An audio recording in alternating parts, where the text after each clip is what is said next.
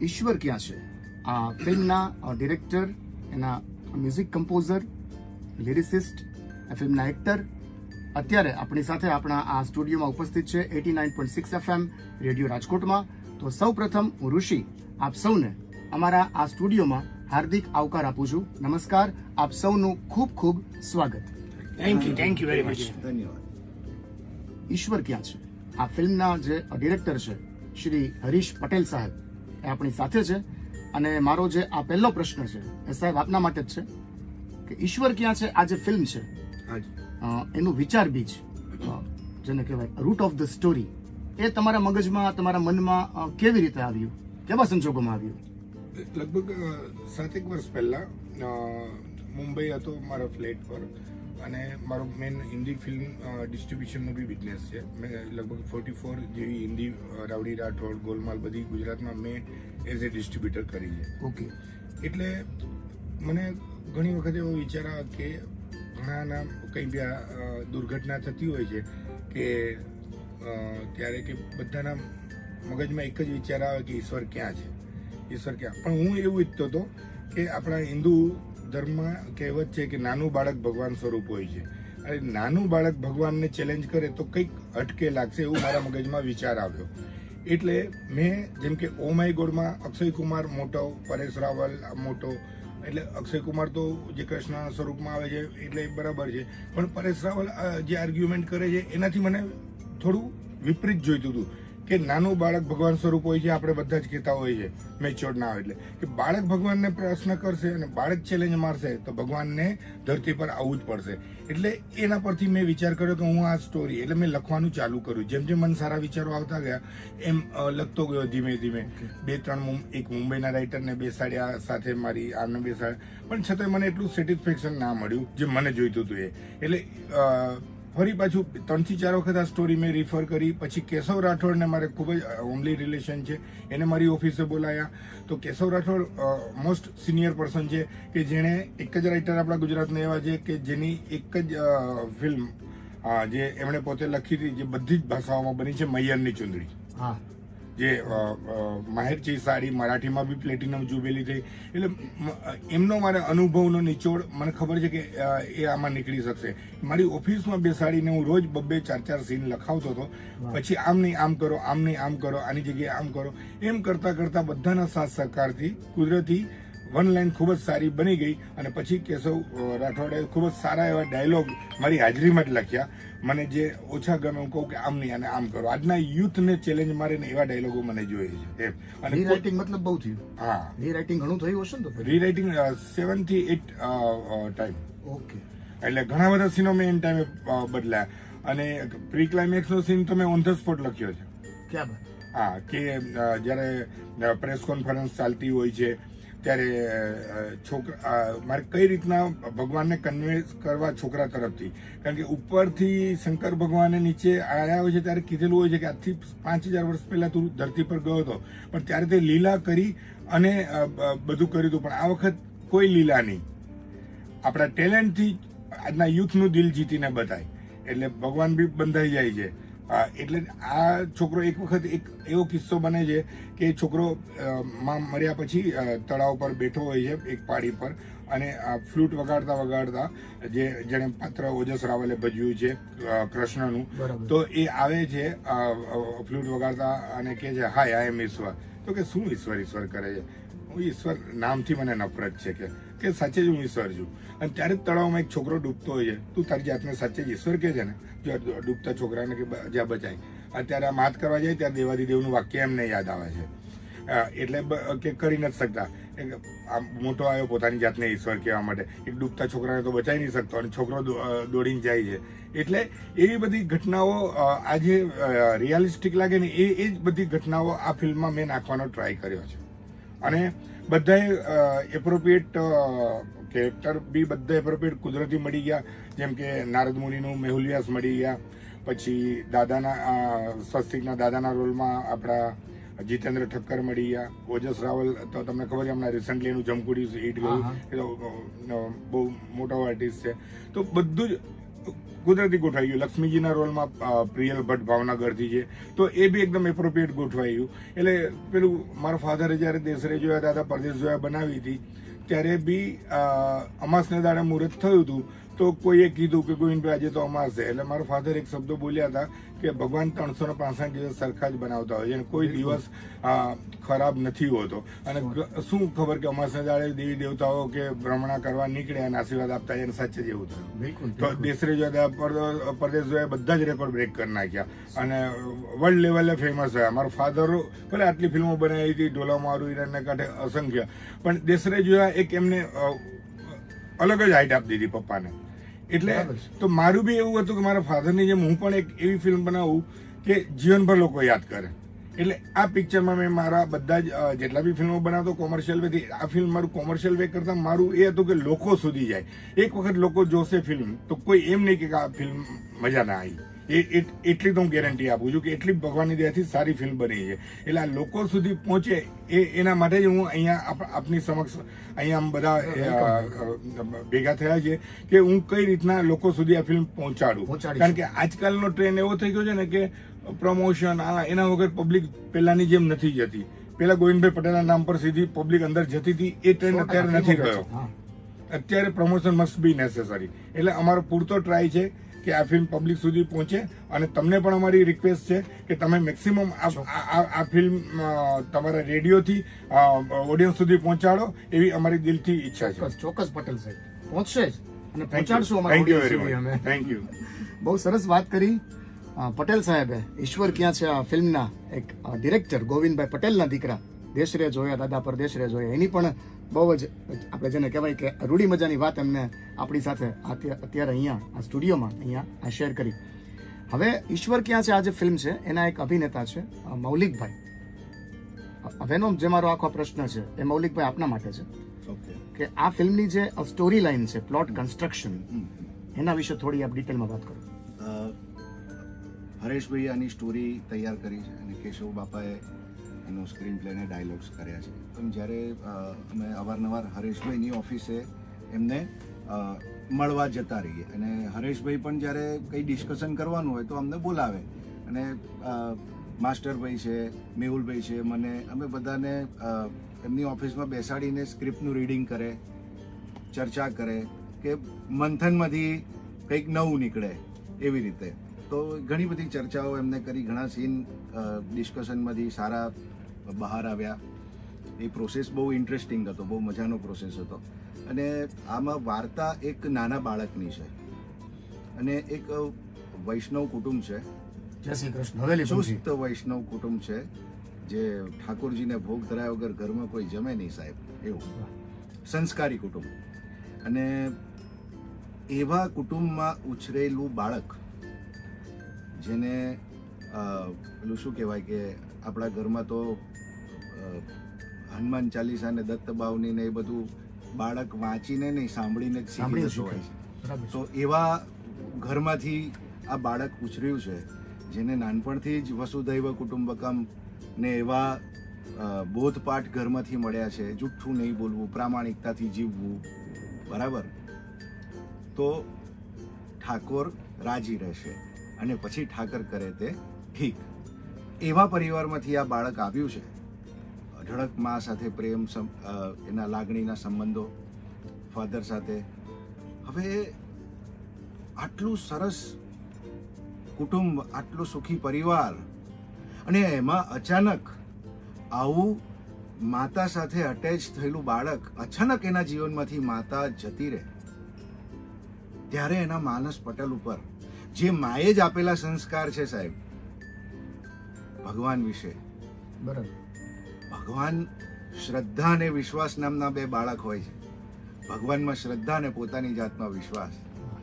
તો એ માએ જે સંસ્કાર આપેલા અને આ જે ઘટના ઘટી એમાં પોતાની જાત પર વિશ્વાસ હતો પણ ભગવાન પર શ્રદ્ધા ડગી ગઈ કે મારી માએ આખી જિંદગી તમારી સેવા કરી છે, ક્યારેય જુઠ્ઠું બોલી નથી, પરિવારની સેવા કરી છે, મને આટલા સારા સંસ્કાર આપ્યા છે, મારા ફાધરની, મારા દાદાજીની, પોતાના બાપની જેમ સેવા કરી છે, દાન પુણ્ય કર્યું છે, ક્યારેય ઘરે કોઈ આવે તો પાછો ન જાય. અને ભગવાન તમે આવું કર્યું. અને આ ઉદાહરણ છે સાહેબ, નિર્દોષ લોકો દુઃખી થવાના ઉદાહરણ છે. આ રાજકોટની ઘટના, વડોદરાનું બોટકાંડ, નિર્દોષ 5, 7 વર્ષના બાળકો સાહેબ. ત્યારે ભગવાન પર પ્રશ્ન થઈ શકે છે આવા બાળકને કે આ લોકોનું શું વાગે, માર તો હરી સાવ ઉગીને ઊભા થાય છે, છતાં એ લોકોની આવી સ્થિતિ તમે કરી. એક્ઝેક્ટલી. તો આ વાર્તા આવી છે. તમે બાળક સાથે જતા રહેશો આ ફિલ્મમાં. મેં તો આખી ફિલ્મ તો ડબિંગમાં ગયો તો મારે તો મેક્સિમમ દરેક સીનમાં હું તો એની સાથે છું જ. હા, તો ડબિંગમાં તો આખું ફિલ્મ જોઈ લીધું, પછી બેકગ્રાઉન્ડ મ્યુઝિક થયું. એટલે તમે પ્રોટોગોનિસ્ટની સાથે ચાલવા માંડશો, ફિલ્મ શરૂ થશે ને એટલે તમે આ બાળક બની જશો. અને એના જે પ્રશ્નો છે ને તમે ઓડિયન્સમાં બેઠા બેઠા પૂછશો, ના વાત સાચી છે, ના વાત સાચી છે, સી ધ કોન્સિક્વન્સીસ. તો આ અમે જોયું, આ ફિલ્મ જોઈ ત્યારે અમને જોયું ક્યાં વાત યાર, જોરદાર. અને જે સોંગ બન્યું છે માસ્ટરભાઈ રાણાભાઈ, અમે માસ્ટરભાઈ રાણાભાઈ કહું છું એમને, તો માસ્ટરભાઈએ સરસ મજાનું સોંગ, ઇમોશનલ સોંગ બનાવ્યું છે. અને જે કમ્પોઝિશન છે ને, તમે એકવાર સાંભળશો ને, તમને હમણાં તમે રેડિયો પર વગાડશો ને, તમારા મોઢે ના ચડી જાય ને તો મને કહેજો. અમારા મોઢે ચડી ગયું છે. તો એટલું સુંદર મજાનું સોંગ છે. અને એમાં દરેક આર્ટિસ્ટ, પેલો મેકઅપ મેન ગ્લિસરીન લઈને આવેલો, એ ત્યાંનો ત્યાં જ ઉભો રહી ગયો. દરેક આર્ટિસ્ટ નેચરલ રડ્યું છે આ સોંગમાં, કારણ કે સોંગ એટલું ઇમોશનલ છે કે ઓટોમેટિક. હા, આ એક સરસ મજાનું એક ઘટના છે આ ફિલ્મની. તો આ રીતે આ હવે પ્રશ્ન આવી ગયો કે બાળક એની માતાને ખોઈ દેશે, અને બાળક એની માતાની જે અંતિમ વિધિની જે રાખ છે એ રાખ હાથમાં લઈને ભગવાનને ચેલેન્જ કરે છે કે આ ખોટું થયું છે સાહેબ, આનો જવાબ તો તમારે આપવો પડશે. ત્યારે ભગવાન તો ભગવાન છે, પોતાના ભક્તની જવાબદારી જે ભગવાને લીધી હોય એ આવા નિર્દોષ બાળક જે એનો ભક્ત છે એને એકલો તો ના મૂકી શકે. એ રાખ ભગવાનના ચરણો પર પડે છે સાહેબ. અને ભગવાન હાલી જાય છે. ભગવાનને પોતાના ભક્તના માનસ પટલ ઉપર પોતાના અસ્તિત્વને સાબિત કરવાની જવાબદારી આવી જાય છે. વૈકુંઠ ડોલી ગયું એમ છે. વૈકુંઠ ડોલી ગયું, ગોલોક ડોલી ગયો. બાળ હઠમાં ભગવાને નીચે આવવું પડે છે. અને હું તો એવું કહું છું કે આ ફિલ્મનું જે સેકન્ડ પાર્ટ છે, જે ક્લાઇમેક્સ છે, એ આજકાલનું યુથ ઇન્સ્ટાગ્રામ, ફેસબુક ફોબિક થઈ ગયું છે, સોશિયલ મીડિયા એડિક્ટ થઈ ગયું છે સાહેબ. એવું કહેવાય છે કે દારૂ કરતા વધારે ખરાબ લત છે સોશિયલ મીડિયાની. તો આ એવું જે યુથ એમાં બંધાણી થઈ ગયું છે, જે ગીતા તો વાંચી નહીં શકે, પુરાણ નહીં વાંચી શકે, બરાબર, વેદાંત નહીં વાંચી શકે. તો એ લોકોએ જે આપણી સેન્ટ્રલ એનર્જીના સિદ્ધાંતો સમજવા હશે ને, કર્મનો સિદ્ધાંત સમજવો છે, તો સાહેબ આ ફિલ્મ જોવા આવશે ને તો 2 કલાકમાં સમજી જશે. એવો ક્લાઇમેક્સ છે આ પિક્ચરનો. બહુ સરસ કોન્સેપ્ટ. એવો ક્લાઇમેક્સ. અને એના માટે આ લોકો એટલું મંથન કર્યું છે. એટલું આ હરેશભાઈ ઘરે જમવા ન જાય, બેસીને એના ઘરેથી ફોન આવે, પણ એ પેલું શું કહેવાય કે ત્યાં અટક્યા છે, ક્લાઇમેક્સ પર અટક્યા છે, હવે શું કરવું. બહુ સરસ મજાના આના અનુભવો તો બહુ સરસ છે. તો આવી આ વાર્તા છે, આવી આ ઘટના છે. અને એમાં હવે જે પ્રશ્નો થાય છે એના જે જવાબ તમારે જે ભગવાન નારાયણે આપ્યા છે, અને એમને જે એના ભક્તને સાચવ્યો છે કે ભક્તને કૂટનીતિથી પટાવ્યો છે, શું કર્યું છે, અને આ ફિલ્મનો અંત થયો છે, એ જોવા માટે તમારે 26 જુલાઈએ સિનેમામાં આવવું પડશે. ચોક્કસ મૌલિકભાઈ, શ્યોર. બહુ સરસ વાત કરી મૌલિકભાઈ. આ ફિલ્મની જે સ્ટોરી લાઈન છે, એનું જે પ્લોટ કન્સ્ટ્રક્શન છે, એના વિશે. ઈશ્વર ક્યાં છે આ ફિલ્મના ગીતકાર અને સંગીતકાર માસ્ટર રાણા પણ અત્યારે આપણી સાથે આપણા સ્ટુડિયોમાં ઉપસ્થિત છે. તો મારો જે હવે પછીનો પ્રશ્ન છે એ રાણા સાહેબ આપના માટે છે. આ ફિલ્મના ગીતો આપે લખ્યા, કમ્પોઝ કર્યા, તો એ જે મ્યુઝિક કમ્પોઝિશન છે, ગીતો છે, એના વિશે થોડી વાત કરો. તમારા મગજમાં ત્યારે મતલબ શું શું ચાલતું હતું, કેવી કેવી ધૂનો બધી મગજમાં ત્યારે તમારે ચાલતી? મને હું સર હરીશ કાકા કહું છું એમને, અને ઇઝ લાઈક માય ફાધર, અને એમને એ રીતે જ મને રાખ્યો છે અત્યાર સુધી. તો ત્યારે મને એમને જે એમનો થોટ હતો ને, તો લગભગ એમને મને બહુ પહેલાં સંભળાવ્યો હતો. પછી હું આ સોંગ, જે ટાઇટલ સોંગની વાત કરી રહ્યા છે મૌલિકભાઈ કીધી આગળ, તો હું મારા ઘરેથી જે સ્ટુડિયો, અમારી ઓફિસ છે એચજી પિક્ચર્સની, ત્યાં આવતો હતો. તો રસ્તામાં મને એક કમ્પોઝિશન સૂઝ્યું, તો ત્યાં હું સાઈડ પર ઊભો રહીને મોબાઈલમાં રેકોર્ડ કર્યું, અને પછી અમારી ઓફિસમાં આવીને લખ્યું, ટ્રાય કર્યો. થોડું ઘણું શબ્દો નહોતા મળતા, પછી ફાઇનલી આ સોંગ મેં લખ્યું, કમ્પોઝ કર્યું અને ક્રેક થયું. ત્યારે મેં કીધું મેં હરેશ કાકાને કે એક ટાઇટલ સોંગ છે આપણા ઈશ્વર ક્યાં છે માટે, કે મેં કમ્પોઝ કર્યું છે અને લખ્યું છે. તો એમને ત્યારે જ મને કીધું કે હા આપણે બનાવજો, તું ગમશે તો આપણે રાખીશું. પણ અને એ એકચ્યુઅલી ટાઇટલ સોંગ હતું જ નહીં અમારા મૂવીમાં. અને પછી એમને સંભળાવ્યું અને એમને બહુ જ ગમ્યું. અને મને યાદ છે કે રાત્રે 11 વાગે રેકોર્ડ કર્યું હતું, 11 વાગે મેં ગાયું હતું, સિંગિંગ કર્યું હતું, અને એમની હાજરીમાં જ ગાયું હતું. અને આજે બધા લોકોને કીધું, અમને મૌલિકભાઈ કીધું કે જ્યારે પણ અમે એ સીનનું, એ સોંગનું શૂટ કરતા હતા, ત્યારે આજુબાજુ પબ્લિક જે જોવા આવી હતી ખાલી, એ પણ એટલું રડતી હતી. એ એવું સોંગ બની ગયું છે એમ.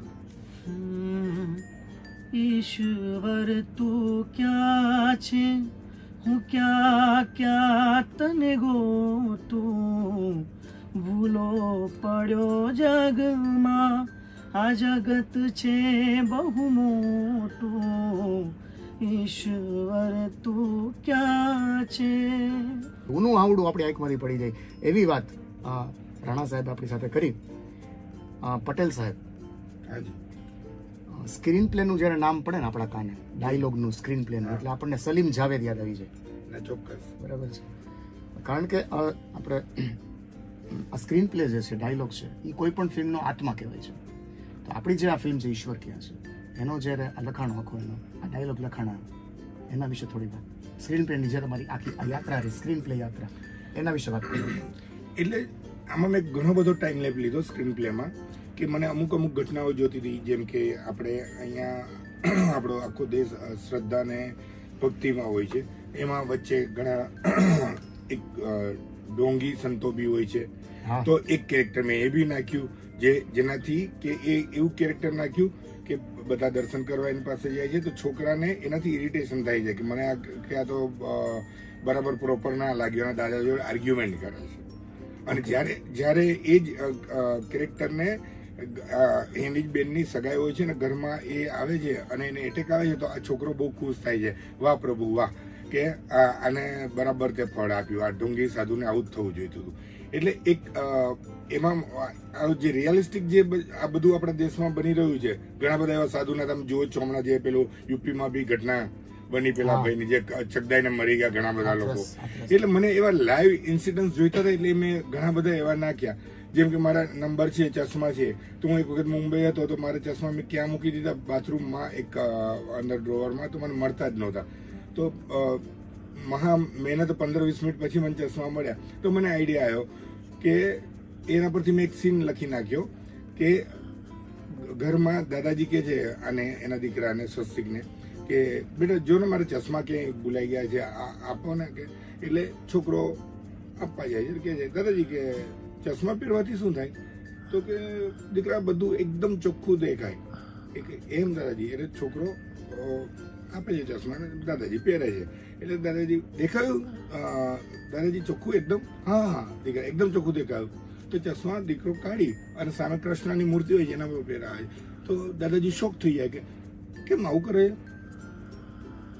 કે દાદાજી જો તમને ચોખ્ખું દેખાય છે તો અમને દુનિયામાં કેટલો ભ્રષ્ટાચાર ચાલે છે, તો અમને કેમ નથી દેખાતું કૃષ્ણને. એટલે આ સીન મેં ત્યારે જ લખી નાખ્યો હતો રાતના, મને મારા ચશ્મા ખોવાયા ને ત્યારે જ. એટલે આવી રીતે મને જેમ જેમ એવા પંચીસ મળતા ગયા, એમ એક સીન લખતો ગયો. અને પછી દાદાજીને છોકરો આર્ગ્યુમેન્ટ બી કરે છે કે દાદાજી કેટલા વર્ષે મોતિયો આવે, તો કે જનરલી આટલા વર્ષે આવતો હોય છે એમ. તો અમને નથી આવતો કે 5,500 વર્ષે કૃષ્ણને. એટલે અમુક જે લાઇવનેસ આવી ગઈ ને ફિલ્મમાં એક કુદરતી આવી ગઈ, જે મારી મનથી ઈચ્છા હતી. અને કેવું છે પેલું આપણે એવું લોકો માનતા હોય છે ને કે જે તમારું મનથી ઈચ્છા હોય ને તો દરેક વસ્તુ સારી બને. બિલકુલ. જે મારા ફાધરે દેશ રજા બનાવી હતી ત્યારે કોઈને બધા ફોક સોંગ હતા, ઓ રાજરે વાવડીના પાણી ભરવા ગયા હતા, એ વર્ષો જૂના ગીત, બધી કેટલી બધી રાજકોટની કંપનીઓમાં બી એક ગીત આવી ગયું હતું, પણ પિક્ચરમાં ભૂક્કા બોલાવી દીધા. અમે લોકો 15-16 લાખ ઓડિયો કેસેટ વેચી હતી એ જમાનામાં, 97-98માં. એટલે અમુક કુદરતી જયારે સારું થવાનું હોય ને ત્યારે બધું જ કુદરતી સારું બંધ બેસી જાય. એવું આ ફિલ્મમાં બી કુદરતી એવું જ થયું છે. અને આ ફિલ્મમાં સૌથી વધારે નાના બાળકોએ કામ કર્યું છે. માસ્ટર કેટલા બાળકોએ કામ કર્યું છે? લગભગ અમારા આ ફિલ્મમાં 12 થી 13 નાના બાળકોએ કામ કર્યું છે એઝ અ ચાઇલ્ડ આર્ટિસ્ટ. એમાં ચાઇલ્ડ આર્ટિસ્ટમાં માસ્ટરની દીકરી બી આવી ગઈ, નાની મોટી બી આવી ગઈ કોમ્પિટિશનમાં. ઘણા બધા નાના બાળકોએ કામ કર્યું છે. એટલે હમણાં જ મારા માસ્ટરને વાત થઈ હતી કે આ નાના બાળકોના નસીબે આ પિક્ચર ચાલી જશે. અને બાળકો પાસેથી કામ લેવું થોડુંક આપણને અઘરું પડે, હજી એમનામાં ઇનમેચ્યોરિટી હોય, કેમેરા સામે કેવી રીતે એક્સપોઝ થવું, એના જેસ્ચર પોસ્ચર બધા, એ તમારા માટે પણ થોડુંક મતલબ અઘરું રહે, ચેલેન્જિંગ પડે એ કામ. અને મારા માટે સૌથી મોટું ચેલેન્જિંગ તો જેમ આ પાત્ર જે છોકરાનું ભજવવાનું હતું એ હતું. મેં લગભગ 35 જેટલા છોકરાઓના ઓડિશન લીધા, પણ મને સેટિસ્ફેક્શન નહોતું થતું. મુંબઈના સિરિયલના છોકરાના બી લીધા, ઘણા બધાને લીધા, પણ મને જે જોઈતું હતું જુસ્સાવાળો છોકરો એ મજા નહોતી આવતી. પછી એકદમ જ માસ્ટર ઇવેન્ટ કરતો હોય છે એના ભજનના નાતે એણે મને આ છોકરાનો કોન્ટેક્ટ કરાયો કે હરેશ કાકા એક વખત કે એને બોલાવીએ, તમે જોઈ લો. અને મેં એને બોલાવ્યો અને એનું ઓડિશન મારી ઓફિસમાં લીધું. મને લાગ્યું 70%, 30% એઝ એ ડાયરેક્ટર હું ઓન ધ સ્પોટ કરાવી દઈશ. એટલે 100% નો તાળો મળી ગયો. તાળો મળી છે મતલબ સ્વસ્તિકમાં તમને એવું કંઈક આમ દેખાણું? આ દેખાડો કે એટલે હું મહેનત કરીશ ને તો એ 100% કરશે. જેમ કે હું એને ડાયલોગ હું કરીને બતાવતો હતો કે આ રાખ લે છે તો આમ હાથમાં રાખ લે છે ને તો હું એને કરીને બતાવતો હતો એક્સપ્રેશન સાથે મારા ફેસ પર, તો સેમ એવું કરતો હતો. વાહ, ખૂબ સરસ પટેલ સાહેબ. બસ મારો હવે પછીનો જે આ પ્રશ્ન છે ને એ આપણા ફિલ્મના જે આ બાળ કલાકાર છે સ્વસ્તિક જોશી એના માટે જ છે. મિત્રો માત્ર 12 વર્ષની ઉંમરે આ છોકરાએ કેમેરો ફેસ કર્યો, લાઇટિંગ, કોસ્ચ્યુમ, આટલા બધા લોકો સામે ઊભા હોય.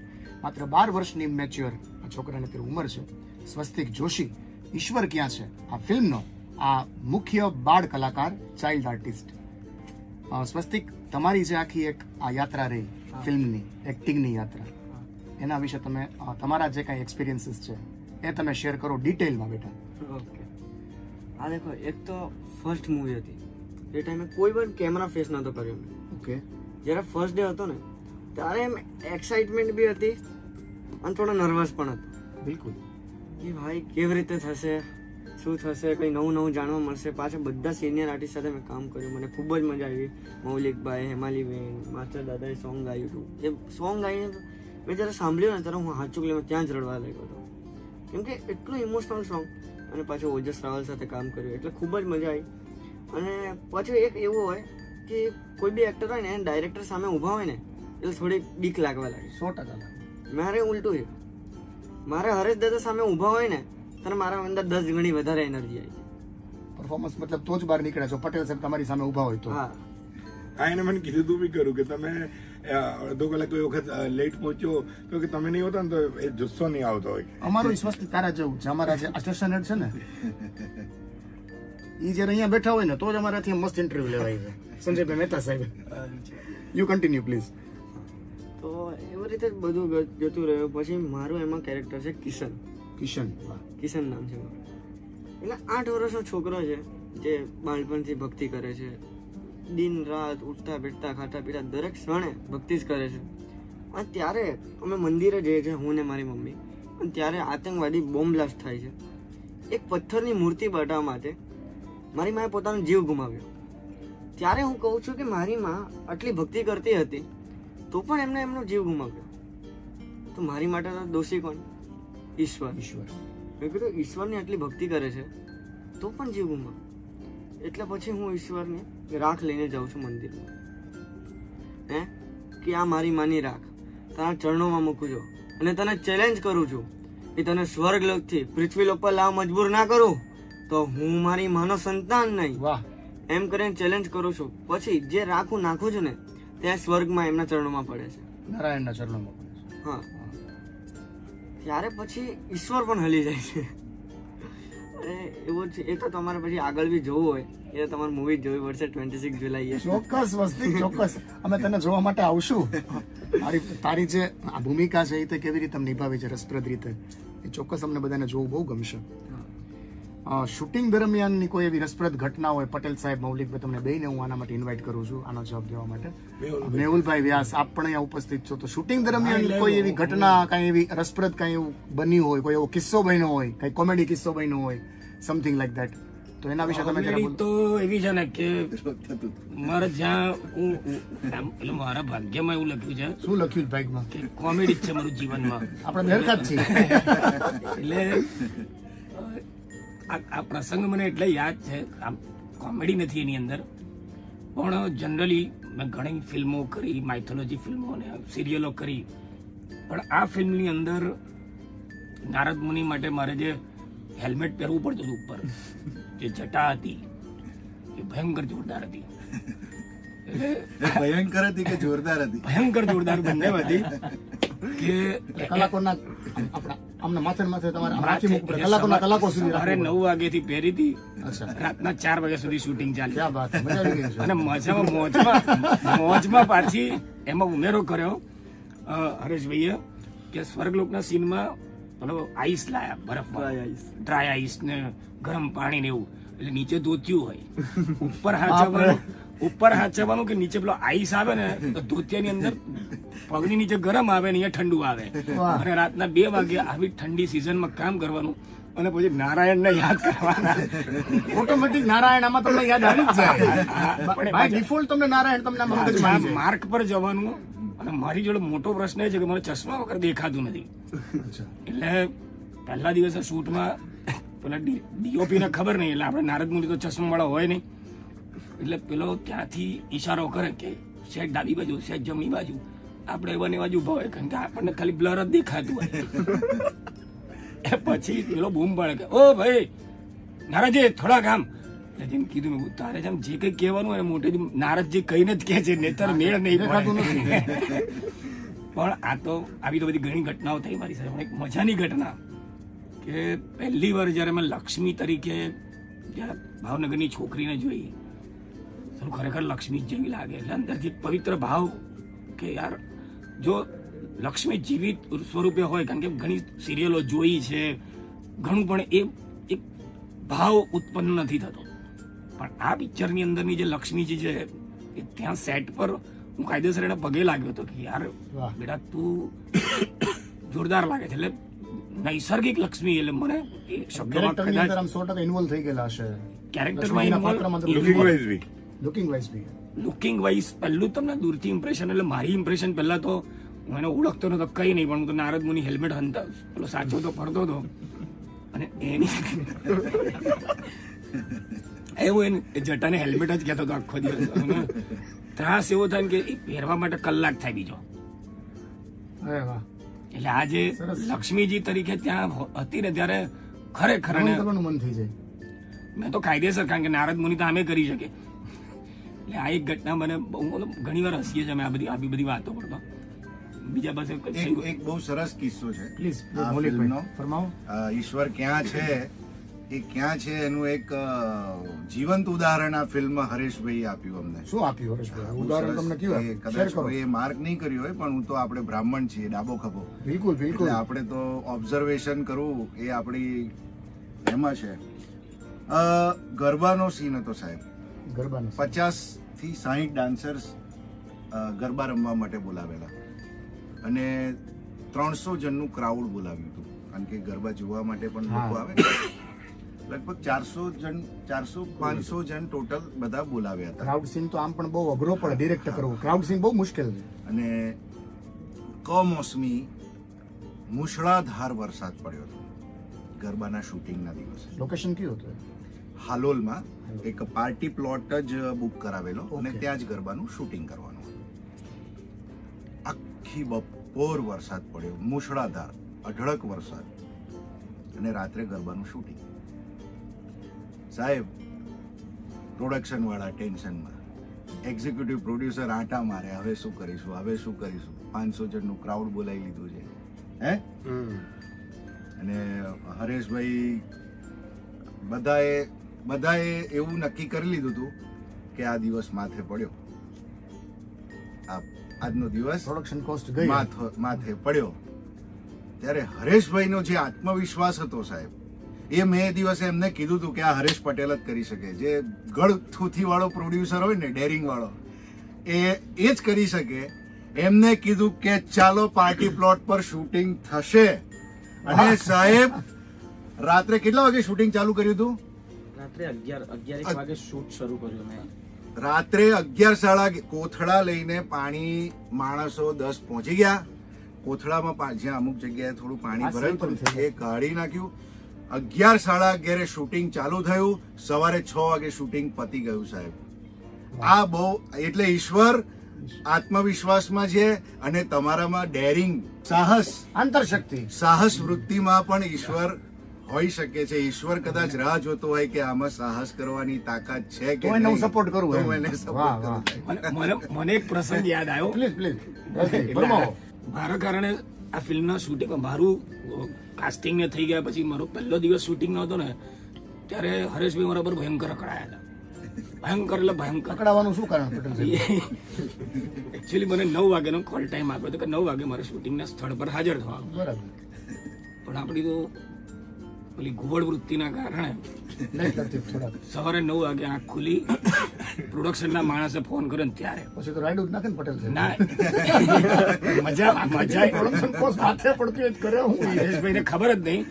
પેલા ભાઈનો ફોન આવ્યો મને કે ક્યાં પહોંચ્યા? મેં કહ્યું અડધે જ છું. ફોન કટ કરીને ફટાફટ નહીં ધોઈને નીકળ્યો. પછી ગાયગા જવામાં એકે ફોન ઉપાડ્યો નહીં. હરેશભાઈએ 5-7 ફોન. એકચ્યુઅલી હતું એવું કે મેં જ કોલ કર્યો હતો એમને. કોલ ટાઈમ 9 વાગ્યાનો મેં જ આપ્યો હતો. ગીતકાર સંગીતકાર પાછો એને ફોન કર્યો, ભાઈ ક્યાં છો, પધારો અહીંયા. તો મેં એમને કોલ કર્યો તો એમને કીધું કે જે જગ્યા પર અમે શૂટ કર્યા હતા એ હાલોલ અને વડોદરાથી હાલોલ આવતા વચ્ચે એક જરોદ ગામ આવે છે. તો મેં એમને કોલ કર્યો કે ક્યાં પહોંચ્યા તમે? બસ જરોદ પહોંચ્યો. હવે આ સ્ટુડિયોમાં આપણે કેવું, કેટલી નીરવ શાંતિ છે, એટલી નીરવ શાંતિ હાઈવે પર તો હોય જ નહીં. તો મને ત્યારે જ એવું થયું કે આ જરોદમાં આટલી નીરવ શાંતિ, પણ મને એવું લાગ્યું કે કદાચ મૂળ વસ્તુ એવી છે એટલે મૂળ હતા ઘરે, પણ ઘરે ઘરે જ એવો હતા. જવાબ દીધો, રસ્તામાં જ on the way છે. મારું મોડું પહોંચવું એ મહત્વની ઘટના નથી. જે મજાની ઘટના એવી છે કે હરેશભાઈનો એક બીજો એમનો માણસ છે જે માથે એને વાળ છે નહીં બિચારાને. અચ્છા. એ હવે હરેશભાઈ અખડા હતા ભયંકર. હવે એની હવે કહેવા જાય કોણ કે મેહુલભાઈ ફોન નથી ઉપાડતા, મોડા પડ્યા છે, પણ જાય કોણ? એટલે હરેશભાઈ અકળાયેલા હોય એટલે અને કોઈ પણ આજુબાજુ માણસ કોઈ ફરક પણ સ્વાભાવિક છે, પણ એનો પિત્તો ત્યારે દિયેલો હોય. એમાં હરેશભાઈની સામે ધક્કા મારવામાં આવ્યા બાકીના લોકોથી. પેલા રજત કરીને જે વાળ વગરના ભાઈને, કોસ્ટ્યુમ ડિઝાઇનર. Costume designer. અને એને જઈને વાત કરીને ત્યાં હરેશભાઈ અકળાયો કે જો પેલો નહીં આવ્યો ને ટાઈમ પર, તારા માથે ચોટલી ચોંટાડીને તને ઉભો કરી દઈશ. અને પેલો ત્યાંથી આવીને આ લોકો પાસે રડવા બેઠો. સાહેબ મેં કહે છે મને ચોટલી લગાડશે. ત્યાં તો 10 મિનિટમાં હું પહોંચી ગયો, અમારી વાત થઈ ગઈ. પણ આ ઘટના એ વર્ષ પહેલા થઈ હતી, પણ હજી પણ અમે જયારે ભેગા થઈએ એ ત્યારે સંસ્મરણો યાદ કરીને ગઈકાલે આ માટે તમારી એક હસતાથી આમ યાદ રહી જશે. યાદગીરી એવી છે ને કે હરેશભાઈએ કીધું હતું ને પેલા કે તારી ચોટલી ચોંટર લઈશ. હવે જેને વાળથી નફરત છે, ગુજરાતે નથી આપ્યા. ત્યાં તમે ચોકી છો. યસ, એક વખત આપણે હા બોલ પ્લીઝ સર. એક તો જોરદાર કિસ્સો છે. મૂવીના સેટ પર નતો થયો, તો હું શું સાયબર ક્રાઇમના વિડીયો બનાવતો પોલીસ સ્ટેશન સાથે. એટલે હું ને એક પરમાર સાહેબ નામનો છે, પરમાર સાહેબ બેઠા હતા. એટલે એ શું મૂવી પતાવીને હું ત્યાં હતો, એટલે અમે બેઠા હતા આવી રીતે જ. પછી કે તારા મૂવીનું નામ શું? મેં કહ્યું ઈશ્વર ક્યાં છે. એ જોરમાં બોલ્યા ઈશ્વર ક્યાં છે. એટલે ત્યાં એક ઈશ્વરભાઈ કરીને નામ હશે, કોન્સ્ટેબલ હશે, અને એ PSI. જોરમાં બોલ્યા ઈશ્વર ક્યાં છે. ઓલા દોડતા દોડતા કે જી સર. જો આવું બહુ સરસ ઘટના છે. પછી કે દેખા એક ઈશ્વર આવ્યો, બીજા 3 ઈશ્વર હજુ છે, આપણે ટોટલ 4 ઈશ્વર છે. બીજા 3 વાહ સ્વસ્તિક વાહ. વ્યાસજી, નારદ મુનિનો એક તકિયા કલામ છે, નારાયણ નારાયણ. ઈ એકવાર બોલી દો ને દિલથી યાર. આમ તો અત્યારે અવાજ 2 દિવસમાં થાક્યો છે થોડો, પણ જેટલો આવે એટલો નારાયણની ઈચ્છા. નારાયણ નારાયણ વાહ વાહ વાહ, શ્રી હરિનારાયણ. નારાયણ. આમાં મજા, આમાં કોઈને કોપી નથી કરે નારાયણ નારાયણ બોલવામાં, પણ જે સંવાદ છે, કારણ કે નારદ મુનિ આખી ફિલ્મમાં સૌથી મોટું કામ જે એમનું છે એ જ કર્યું છે. ભગવાનને કટાક્ષ મારવા, ભગવાનને થોડુંક પારો ચડાવવો કે થોડી ઘણી આઈની આઈ કરવી, પૃથ્વી લોકમાં આમ થયું, અહીંયા આમ થયું, પ્રભુ તમે સદ એની જોજો. અંદર માતાજીને કી આવે જઈને કે આ પ્રભુ આમ કરે છો, તમે ત્યારે જોઈ લેજો. આ જગતમાં પણ આવા ઘણા બધા પાત્રો હોય આપણી આસપાસમાં. એની તૈયારી ત્યાં કરવામાં ખાલી મેં એક પકડ્યું છે, કેટલું થયું છે તો હરેશભાઈને ખબર, પણ હરેશભાઈ જે ડાયલોગ મને કહેતા હતા કે આ રીતે કહેવાનો છે, એના રેફરન્સમાં હું આગળનું નારાયણ નારાયણ દરેક વખતે બોલ્યો છું. એટલે એક તકિયા કલામ નથી એની અંદર. ધારો કે એક્ઝામ્પલ કહું તો આશ્ચર્ય સાથે છે નારાયણ અરે નારાયણ, વાહ, બહુ સરસ. વાહ, આશ્ચર્ય. અને થોડો ગુસ્સો હોય ત્યારે નારાયણ નારાયણ. વાહ વાહ વાહ વાહ. આવા બધા વેરિએશન તમને આમાં નારાયણ નારાયણમાં જોવા મળશે. ત્યારથી બહુ મજા આવી આ વેરિએશનની અંદર. આમ છે, હવે થઈ ગયું. ખૂબ સરસ. ના, પણ આને આ વસ્તુ આપણે ઘણી બધી રીતે બોલી શકીએ.